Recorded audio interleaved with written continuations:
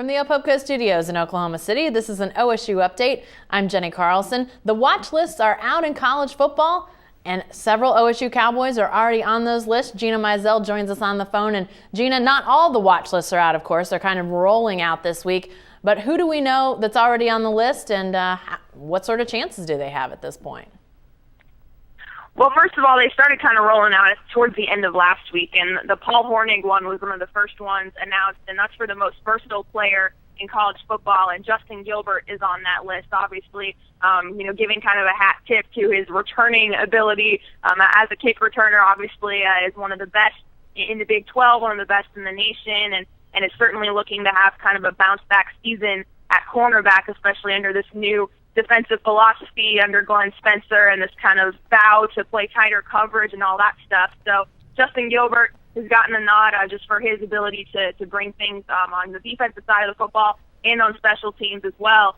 And Calvin Barnett was on the Chuck Bednarik Award that was just announced on Monday morning, and that goes to the best defensive player in the entire country, regardless of position. So obviously after his season last year where he was the Big 12 Defensive Newcomer of the Year and really shored up the interior of that Cowboy defensive line, he certainly got a nod for that ability as well, and certainly hoping to have a very good senior season now. You know, for as much talk as there is out there about Oklahoma State and their offense, the first two guys that get placed on award watch lists are defensive guys. Gina, what does that say? I mean, or does it say anything that a couple of Cowboys are on the list and they just happen to be guys on the defensive side of the ball?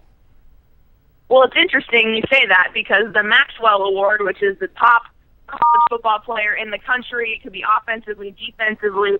Nobody on the Cowboys is on that watch list, and normally that's going to go to an offensive player, even though it did go to Manti Te'o last season. So, yeah, the fact that two defensive guys have gotten the nod, I think that is pretty interesting, but certainly I think we'll see some guys here in the next few days. Someone like a Josh Stewart, I fully expect to be on the Bolitnikoff Award watch list, which goes to the best receiver in the country. Jeremy Smith might be on the Doak Walker watch list for the nation's best running back, things like that. So it'll be interesting to see how things unfold the next couple of days or so. But, yeah, certainly kind of interesting when everybody thinks about the Oklahoma State offense that two defensive guys are the first to get honors or to get recognized in that sort of way. All right. Be sure to stay with the best coverage team anywhere at newsok.com and every day in the Oklahoman.